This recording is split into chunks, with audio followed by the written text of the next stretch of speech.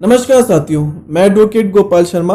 तो आज हम डिस्कस करने जा रहे हैं एंटीसिपेटरी बिल को, जो कि डिस्कस किया गया है सेक्शन 438 ऑफ सीआरपीसी 1973 के अंदर।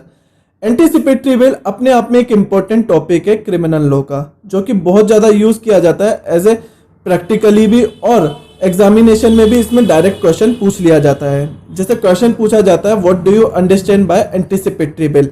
तो जब इसकी आंसर फॉर्मिंग की जाती है तो वहां पे सेक्शन 438 को प्लस उसके साथ में लीडिंग केसेस के साथ में उसे राइट डाउन किया जाता है।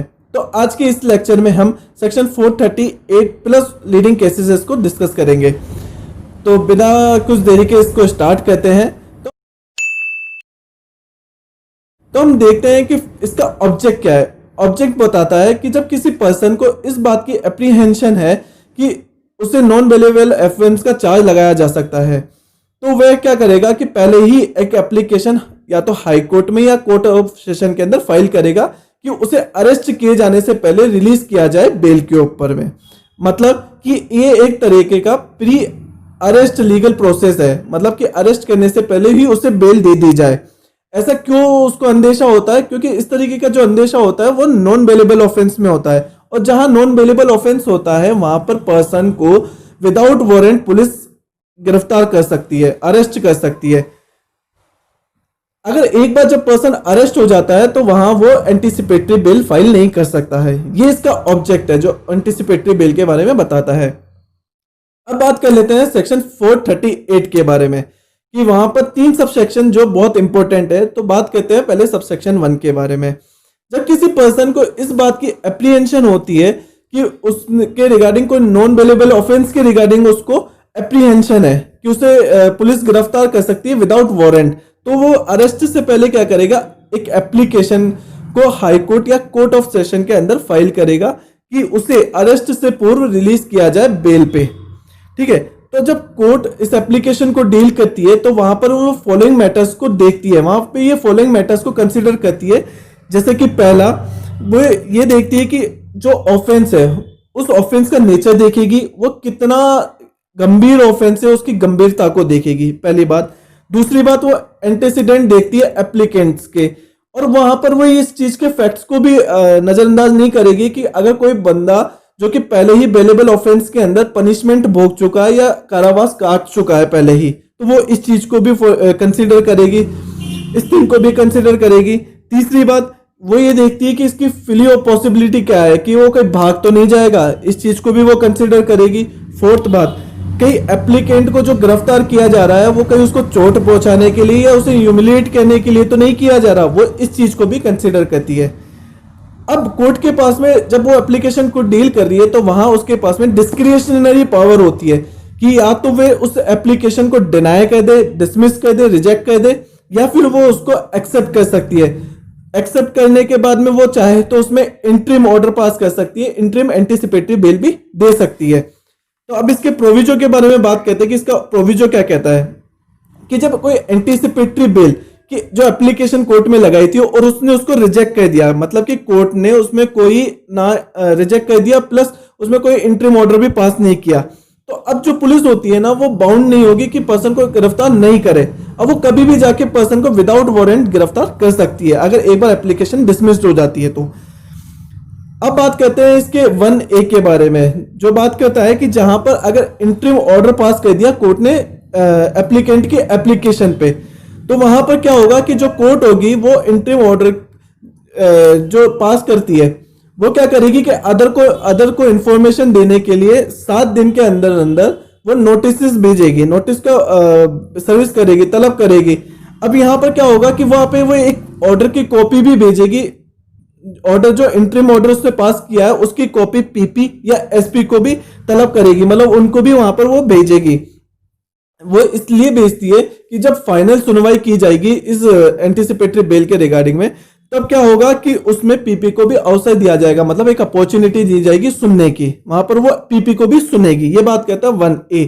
अब बात करते हैं 1B के बारे में। 1B बोलता है कि जब एप्लीकेंट के एप्लीकेशन पर फाइनल हियरिंग की जा रही है, मतलब कि उसमें अंतिम आदेश दिया जा रहा है, तो वहां पर क्या होगा कि जो एप्लीकेंट है उसकी प्रेजेंस जो है वो ऑब्लिगेटरी है, मतलब कि वो मैंडेटरी है कि उसे वहां प्रेजेंट होना जरूरी ही है। अगर चाहे तो पीपी यहाँ पे एप्लीकेशन भी लगा सकता है कि जो एप्लीकेंट है वो प्रेजेंट होए, और कोर्ट उस एप्लीकेशन पे आदेश दे सकती है कि आप जब फाइनल हियरिंग होने जा रही है आप प्रेजेंट हो। क्यों? क्योंकि ये इंटरेस्ट ऑफ जस्टिस के लिए, ये इंटरेस्ट ऑफ जस्टिस में बहुत वो है, इंटरेस्ट ऑफ जस्टिस के लिए वो बोल सकती है कि आप प्रेजेंट हो। अब बात करते हैं कि सब सेक्शन 2 के बारे में। जब हाई कोर्ट या कोर्ट ऑफ सेशन जब एंटीसिपेटरी बेल देने जा रही है तो वहां पर वो ये कंडीशंस को इम्पोज कर सकती है। जैसे पहली बात कि वो पर्सन को बोल सकती है कि जब भी इंटरोगेशन के लिए बुलाया जाएगा आपको प्रेजेंट होना होगा, आपको अवेलेबल होना पड़ेगा। दूसरी बात, जब आपको रिलीज कर दिया जा रहा है बेल पे तो ना तो आप किसी को इंड्यूस करेंगे, इंड्यूसमेंट नहीं करेंगे, मतलब उत्प्रेरण नहीं करेंगे, किसी को धमकी नहीं देंगे यानी थ्रेट नहीं करेंगे, ना ही किसी को प्रोमिस करेंगे, मतलब किसी विटनेसेस को ना तो आप धमकी देंगे, ना प्रोमिस करेंगे, ना ही उसको इंड्यूसमेंट करेंगे, ना आप टेम्पर करेंगे किसी भी एविडेंसेस के साथ में, मतलब आप एविडेंसेस के साथ में छेड़खानी नहीं करेंगे। ये चीज इंपोज कर सकती है। तीसरी बात, आप विदाउट परमिशन कोर्ट के आप इंडिया को नहीं छोड़ सकोगे, ये तीसरी बात बोली जाती है। चौथी बात, कोई भी अदर कंडीशन इंपोज कर सकती है जो कि सेक्शन 437 के सब क्लोज 3 के अंदर जो दिए गए हैं उन कंडीशंस को कोर्ट इंपोज कर सकती है वहां पे। अब बात करते हैं इसके सबसेक्शन 3 और लास्ट सबसेक्शन के बारे में कि जब भी पर्सन को रिलीज कर दिया गया बेल के ऊपर और मान लीजिए कि तत्पश्चात उसके बाद में ही कोर्ट पुलिस ने क्या करा कि पर्सन को अरेस्ट कर लिया वहां पे, तो अगर पर्सन को अरेस्ट कर लिया और पर्सन वहां पर बेल देने के लिए तैयार हो जाता है तो वहां पुलिस उसको रिलीज कर देगी। यहाँ पर रिलीज कब कब कर सकती है? जब पर्सन को गिरफ्तार किया और पर्सन वहां पे रेडी हो जाता है बेल देने के लिए तो वहां पर पर्सन को रिलीज कर दिया जाएगा। या फिर पर्सन को जब कस्टडी में ले लिया था तब भी पर्सन अगर बेल देने के लिए तैयार हो जाता है तो वहां उसको रिलीज कर देंगे। अब बात आती है कि जब जो मजिस्ट्रेट है जिसने कॉग्निजेंस लिया था तो वो ये डिसाइड करता है कि पर्सन को पहली बार आप वारंट, पर्सन के अगेंस्ट में पहली बार वारंट जारी किया जाना चाहिए, तो वो है क्या करेगा, जो सबसेक्शन 1 के अंदर जो ऑर्डर पास किया गया है एंटीसिपेटरी बेल के रिगार्डिंग में उसी के अकॉर्डिंग वारंट को जारी करेगा। तो ये तो बात थी सेक्शन 438 के बारे में। अब बात कर लेते हैं इसके अंदर लीडिंग केसेस के बारे में। जैसे पहला केस था Omkar Nath versus state of UP, AIR 1976 का केस था, जिसके अंदर बताया गया था कि एंटीसिपेटरी जो बेल होती है वो पर्सन का ऑप्शन होता है। ऑप्शन कैसे होता है कि ऑप्शन ऐसे होता है कि ये हाई कोर्ट में भी की जा सकती है और कोर्ट ऑफ सेशन में भी की जा सकती है। बेसिकली जो ये यहाँ पर ये नेसेसरी नहीं है कि आप पहले कोर्ट ऑफ सेशन में करो और फिर आप हाई कोर्ट में जाओ। जनरली तो ऐसा ही होता है कि पहले कोर्ट ऑफ सेशन में जाया जाता है और उसके बाद में हाई कोर्ट में जाया जाता है, लेकिन कुछ फ्यू मैटर्स में, फ्यू केसेस के अंदर हम लोग पहले हाई कोर्ट में भी डायरेक्ट जा सकते हैं। अब बात करते हैं कि एक लॉ कमीशन ऑफ इंडिया जिसने अपनी रिपोर्ट जो 41st रिपोर्ट के अंदर बताया था, इसका ऑब्जेक्ट बताया था कि ना आज के बढ़ते समय में क्या होता है कि लोग एक दूसरे को नीचे गिराना चाहते हैं, पॉलिटिकली राइवलरीज हो रही है और फोल्स केसेस बढ़ गए, जब फोल्स केस लगाने लग गए एक दूसरे के ऊपर, तो ऐसी कंडीशंस को देखते हुए एंटीसिपेटरी बेल देना नेसेसरी हो गया, आवश्यक हो गया वहां पे आपके एंटीसिपेटरी बेल देना, क्योंकि ये कहीं भी जस्टिफाई नहीं किया गया है कि आप पहले पर्सन को अरेस्ट कीजिए, उसके बाद में पर्सन को आप कस्टडी दीजिए, उसके बाद में पर्सन की बेल के रिगार्डिंग आप सुनवाई कीजिए। तो जबकि पर्सन ने अपना कोई जो कोज है वो पहले ही शो कर दिया है आपको, जब अगर ऐसा शो कोज कर देता है पहले ही पर्सन तो आप वहां पे बाउंड हो जाएंगे उसको एंटीसिपेटरी बेल देने के लिए। अब बात करते हैं इसके अंदर नेक्स्ट केस की। Balchand Jain versus state of MP का केस था, AIR 1977 का केस था, बहुत इंपॉर्टेंट केस था। इसके अंदर बोला गया था कि क्या होता है कि जो एप्लीकेंट्स होते हैं ना वो एंटीसिपेटरी बेल का मिसयूज नहीं करे। इसके लिए क्या होता है कि ऑफेंस का नेचर देखा जाता है, उस ऑफेंस का कैरेक्टर देखा जाता है और ये देखा जाता है कि वो कितना रिलेवेंट है ऑफेंस से, जो आपका नेचर और कैरेक्टर कितना रिलेवेंट है उस ऑफेंस से, इस चीज को कोर्ट कंसीडर करती है। उसी के बाद में कोर्ट अगर सेटिस्फाई हो जाती है तो इन एक्सेप्शनल केसेस के अंदर एंटीसिपेटरी बेल को ग्रांट कर देती है कोर्ट। बात करते हैं इसके अंदर अनदर केस के बारे में, poker Ram versus state of Rajasthan, AIR 1985 का केस था, जिसके अंदर बोला गया था कि जब भी कोर्ट एंटीसिपेटरी बेल देने जा रही है तो वहां पर वो अपने रीजन को रिकॉर्ड करेगी इन राइटिंग के अंदर। ये बात बोली गई थी इस केस के अंदर। एक अलग केस था जिसके अंदर बोला गया था state of Madhya Pradesh versus Pradeep Sharma का केस, इंपॉर्टेंट केस था, जिसके अंदर बोला गया था कि अगर कोई पर्सन को एब्सकॉन्डर घोषित कर दिया गया, मतलब भगोड़ा घोषित कर दिया गया किसी पर्सन को, तो वहां पर क्या होगा कि एंटीसिपेटरी बेल कभी भी प्रोवाइड नहीं करवाई जाएगी। एक बहुत लीडिंग केस था इसका, बहुत इंपॉर्टेंट केस भी मान सकते हो आप इसको, Gurbaksh Singh Sibbia versus state of Punjab 1980 का केस था, जिसके अंदर क्या बताया गया था कि अगर कोई ऐसा ऑफेंस है जिसके अंदर सेंटेंसेस जो दे रखी है वो डेथ सेंटेंस दे रखी हो या फिर लाइफ इम्प्रिजनमेंट की सेंटेंस दी हुई हो, तो वहां पर भी एंटीसिपेटरी बेल को ग्रांट किया जा सकता है। ये कोर्ट के डिस्क्रिप्शन के ऊपर डिपेंड होता है। वहीं पर सुप्रीम कोर्ट ने इस केस के अंदर यह भी हेल्ड किया था कि एंटीसिपेटरी बेल प्रोवाइड नहीं की जाएगी जब कब कोर्ट के द्वारा एंटीसिपेटरी बेल प्रोवाइड नहीं करवाई जाएगी जब कोई पर्सन है जो कि अक्यूज्ड है किसी इकोनॉमिक ऑफेंसेस के अंदर या फिर कोई एट्रोसिटीज के क्राइम्स के अंदर जो इन्वॉल्व है एट्रोसिटीज के अंदर, तो वहां पर कभी भी कोई एंटीसिपेटरी बेल प्रोवाइड नहीं करवाई जाएगी। यह बोला गया था Gurbaksh Singh Sibbia versus state of Punjab के केस के अंदर। अब एक क्वेश्चन बहुत अराइज होता है, इंपॉर्टेंट क्वेश्चन है इसके अंदर कि क्या एंटीसिपेटरी बेल जो ग्रांट कर दी गई है उसे कैंसिल कर सकते हैं? जब ग्रांट कर दी एक बार तो अब क्या उसे कैंसिल किया जा सकता है कोर्ट के द्वारा? तो इसका आंसर हमारे को एक केस से आया था कि Directorate of Enforcement versus P V. Prabhakar Rao 1997 का केस था, जिसके अंदर कहा गया था कि there is a no provision in section 438 of CrPC, मतलब कि सेक्शन 438 सीआरपीसी के अंदर कहीं पे भी ये बात नहीं लिखी गई है कि जहां एंटीसिपेटरी बेल कोर्ट ने एक बार ग्रांट कर दी है वह उसे कैंसिल कर सकता है। ये कहीं पे भी नहीं लिखा गया, लेकिन कोर्ट के पास में डिस्क्रिशनरी पावर होती है और वहां वो उसको कैंसिल भी कर सकता है। कोर्ट ने अगर एक बार एंटीसिपेटरी बेल ग्रांट कर दी तो वही कोर्ट उसको क्या कर सकता है, कैंसिल भी कर सकता है। वहां पे एक केस था जिसके अंदर इसको क्लियरली मेंशन किया गया था, क्लियरली बताया गया था, उसका नाम था बोलिया मिस्त्री वर्सेस स्टेट 1977 का केस था, जिसके अंदर बोला गया था कि केवल हाई कोर्ट के पास में ही पावर होती है कि वह जो एंटीसिपेटरी बेल ग्रांट की गई थी उसको कैंसिल करने की। अगर एक बार किसी भी कोर्ट ने एंटीसिपेटरी बेल ग्रांट कर दी है तो हाई कोर्ट के पास में पावर होती है कि सिर्फ वो ही उसको कैंसिल कर सकता है। एक केस था इसके बाद में चैन सिंह धाकड़ वर्सेस हरगोविंद 1991 के अंदर, जिसके अंदर स्पेसिफिक रूप से समझाया गया था कि जहां पर अगर एंटीसिपेटरी बेल ग्रांट कर दी गई थी और वो ग्रांट की गई थी किसी अक्यूज पर्सन को जो कि इन्वॉल्व था डॉरी डेथ के आरोप में, ठीक है, उस आरोप में वो इन्वॉल्व था, तो और वहां एंटीसिपेटरी बेल ग्रांट कर दी गई थी। तो यहां पर मध्य प्रदेश की हाई कोर्ट है उसने उस एंटीसिपेटरी बेल को कैंसिल कर दिया था। इस केस के अंदर बताया गया था।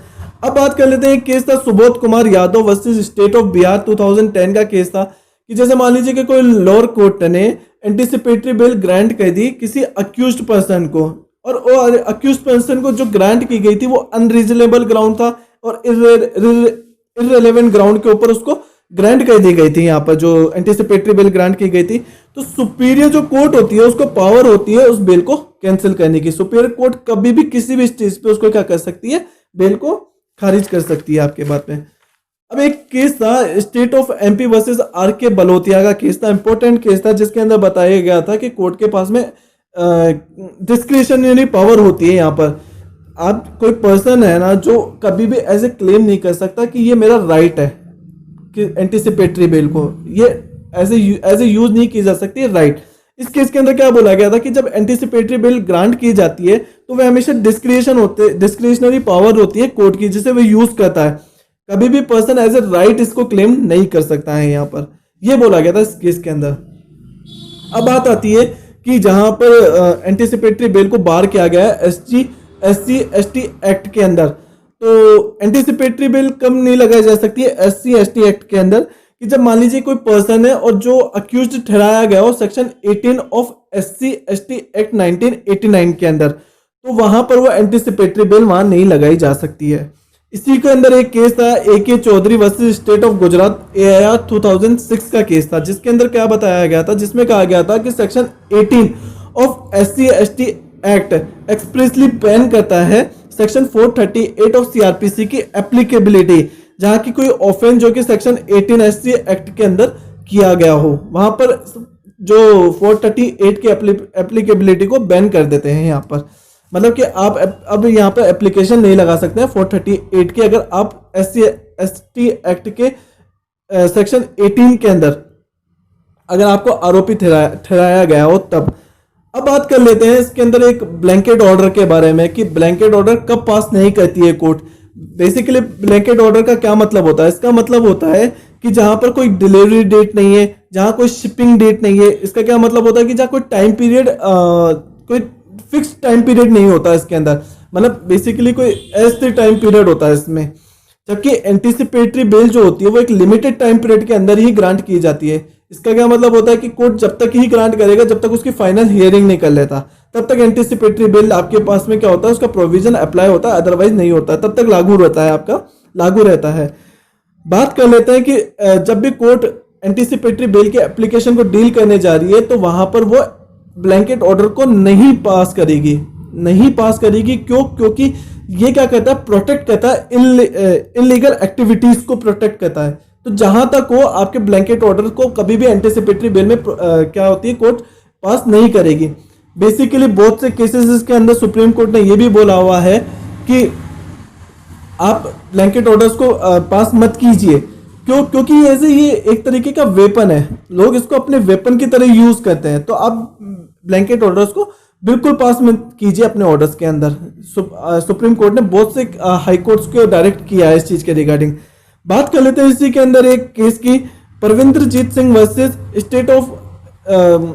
स्टेट था यूटी ऑफ छत्तीसगढ़ का, जिसके अंदर बताया गया था कि यह 2009 का केस था, जिसके अंदर बताया गया था कि एससी ने हेल्ड किया था कि ब्लैंकेट ऑर्डर को जनरली पास नहीं किया जाता है, नहीं किया जा सकता है, क्योंकि ये परमिट करता है आरोपी को। परमिट किस चीज की परमिशन देता है कि आप अपेयर मत होइए अरेस्ट के टाइम पे या फिर ड्यूरिंग इन्वेस्टिगेशन के टाइम पे, जब इन्वेस्टिगेशन चल रही है तब अपेयर नहीं होने के लिए नहीं हो सकते, नहीं हो आप, ऐसा आपके पास में पावर होती है। और एट ट्रायल में, इवन एट ट्रायल में भी आप प्रेजेंट नहीं हो, अपेयर नहीं हो, इस चीज की परमिशन देता है ये ब्लैंकेट ऑर्डर। तो कोर्ट ने माना कि इस तरीके को ऑर्डर देना से क्या होता है कि ये अनजस्ट है, अनफेयर है, इस तरीके का ऑर्डर नहीं दिया जाना चाहिए।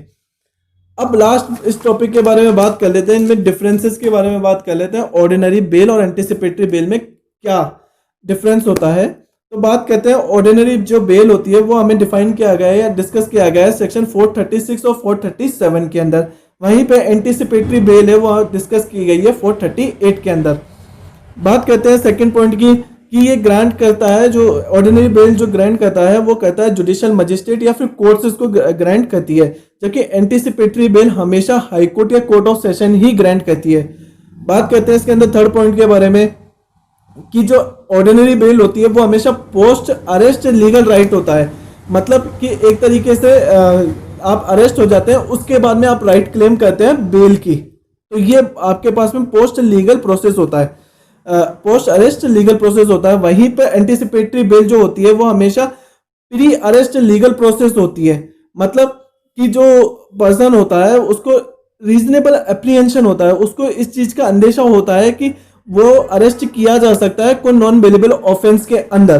तो वो क्या करता है कि पोस्ट अरेस्ट, तो वो क्या करता है कि एंटीसिपेटरी बेल की एप्लीकेशन कोर्ट में लगाता है, फाइल करता है कि मुझे अरेस्ट होने से पहले ही रिलीज कर दिया जाए बेल के ऊपर। बात करते हैं इसके अंदर लास्ट पॉइंट, फोर्थ पॉइंट की बात करते हैं कि ऑर्डिनरी जो बेल ग्रांट की जाती है वो जो ग्रांट की जाती है वो पर्सन का राइट होता है, पर्सन उसमें क्लेम कर सकता है एज ए राइट कि मुझे कि आप बेल दीजिए, इस चीज का राइट क्लेम कर सकता है वो। और ये जो ऑर्डिनरी बेल मांगी जा सकती है ये मांगी जा सकती है आपके बेलेबल और नॉन बेलेबल ऑफेंस के अंदर, जबकि एंटीसिपेटरी बेल के अंदर कभी भी एज ए राइट क्लेम नहीं किया जाएगा। ये सिर्फ कोर्ट का डिस्क्रिशनरी पावर होता है कि वो एप्लीकेशन को एक्सेप्ट भी कर सकती है, इवन दो उसे डिनाई भी कर सकती है। ये सिर्फ कोर्ट के डिस्क्रिशनरी पावर के ऊपर होता है। तो आई होप आप इस एंटीसिपेटरी बेल को अच्छे से जान पाए होंगे। इसी के साथ में धन्यवाद।